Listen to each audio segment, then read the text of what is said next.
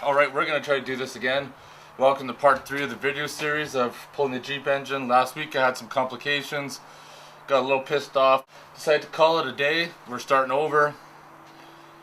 This weekend's not going so good either. It's Saturday about 3 o'clock. We're supposed to take the PWC out for a romp, and started pouring rain, and all of a sudden the rain stopped. It's sunny out again. I was going to work in the Jeep tomorrow, but we're taking the PWC out Sunday instead, so I'm going to work on trying to get the engine out today, or at least get ready and hopefully pull it on the rest of Sunday.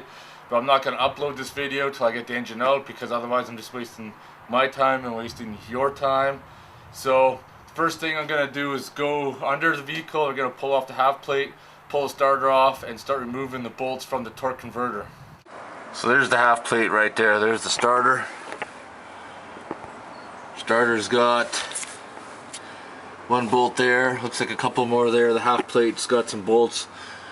Start yanking those out. To make things a little easier to work on underneath, I just pulled this whole exhaust section out. So they're catalytic converters, and I'm assuming that'd be a resonator there. So we're just gonna set this aside and be careful. I already got rubbing or setting on the O2 wires there. You don't want to damage those, otherwise you're gonna be hurting when you go back to install it and you get an engine code. The starter, we got it out. It's only held in by 2 bolts, and those 2 bolts are put in by fucking retard strengths, which I don't understand why you need to fucking over tighten something. But anyways, it's out. Now to continue on removing the half plate. So now that I've got the half plate off, you got your torque converter bolts to remove. Shine the light, there's one there. There's one up over there in the corner. And we got to start removing those, and then hand crank the engine. Then once all those are out, there's only 4 bolts left, and then the 2 motor mount bolts, and then we can lift this engine out. So I just want to show you the easiest way to rotate the motor is as soon as I get this frickin' wrench on, is an 18 mil.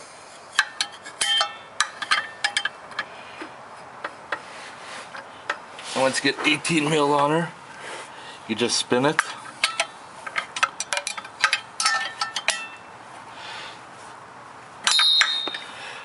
Then I usually spin it up to the corner over there where I use my impact gun to rip it out. So the torque converter is held on by 4 bolts, and these are special bolts. They're thin, so they're not going to rub. So you definitely do not want to lose these, otherwise you're going to be hooped. You're just not going to be able to go to your local hardware store and get these. So make sure you put these in a safe spot. The fun part begins. There's only 4 bolts holding the motor on the transmission, so we got 2 options here. I can try to get the 2 top bolts out from the top, or try to get them from underneath. This is what you need. It's an E12. It's like an inverted Torx. Why Dodge did that for the top 2 bolts, I don't know. These wrenches are kind of hard to find, but if you Google them, you can find them. I'm pretty sure it's an E12. That's what they're saying on the forums. So right now I got the engine kind of slanted because the transmission's kind of jacked, but I'm going to actually jack the transmission up so it'll straighten the engine more, and it'll give me more room in that engine bay there. So I'm going to crawl up top and see if I can access and get those 2 nuts off from the top. If not, we're going to have to go from the bottom. There's one of those bolts out. Ignorant fucking things. What I did is I just lowered the engine down far enough. Let's see if I can maneuver in there.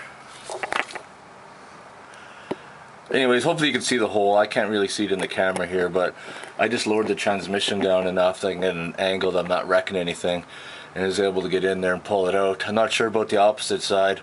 I'm just gonna go over there now and see if I can get that one out. Second one's out now. Use these. I had these in socket form. I bought them years ago and never ever used them. Figured one day I might, and they came in handy. My undercycle knew something that I didn't know at the time I purchased them, so it all worked out. Now 2 more bolts on the engine. It's going to prop up the transmission and take the weight off it, because when we pull the engine there's nothing holding it up. So I'm just going to jack it back up, put another board under it, and then remove 2 last bolts, and we're ready to lift the engine off. Now that we got that on, we're just going to remove the engine mount blocks. They're 18 mil. I don't really like the way he snatched the engine up with this. I'd like to actually put another mounting bracket in here, but I don't know how strong that would be. But I don't know how straight the engine's going to pull, but we got nothing to frickin' lose. So we're going to pull those motor mounts out, and moment of frickin' truth. Take this bitch out. I got the 4 bolts from the bottom, the 2 up top, the 2 special ones. You have to go, well, for those who can get it out from the top of the engine, fuck, that's great for you, but I found it's easier to drop the transmission down as far as I can go with a jack and use an extension to get underneath and get them. That's what I found is the easiest. I tried crawling on top of the engine trying to get that little wrench in there, but those bitches are in there fucking tight. And at least on the bottom, with some extensions, I can get a fucking snipe on there. Worked for me. But the only thing left to do now is remove the motor mounts, and hopefully we can snatch this engine out. Hopefully. We're gonna find out. It's gonna come out and I'm gonna fail and have to do something different, so let's fucking do her.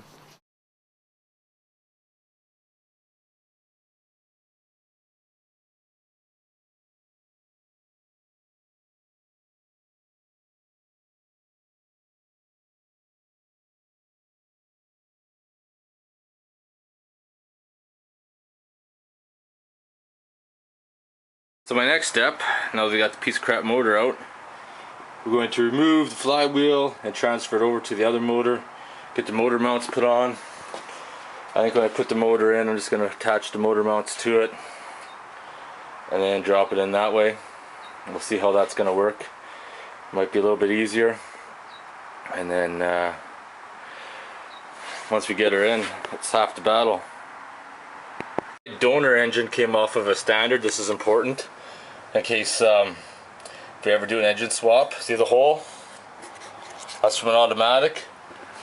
The torque converter in the middle, that's where it goes into, right? My donor engine. See the throw bearing? We gotta get that out before I can put the flywheel on. I hate doing shit like this, but left with no other choice. I'm gonna have to fucking weld the bolt in there and yank it out. Tried using these, fucking bent the old tips of them. Fucking pry bar bent up. That's no fucking good. Screwdrivers, everything. Trying to pry that piece out, no fucking good. Fuck, I hate doing this kind of shitty, shady stuff, but I'm not really left with any choice. Well, we're gonna see if that's gonna be any better to get that out. Here we are after an hour of fucking around, finally got it off. Even the welds didn't last. Fuck, that's still hot. But there's no heat inside here. Put my finger all around there, so heat didn't transfer through, so I'm not too worried. So that part's ready to go. I'm just gonna clean this shit up because fucking calling her a day now. Had enough bullshit for one day.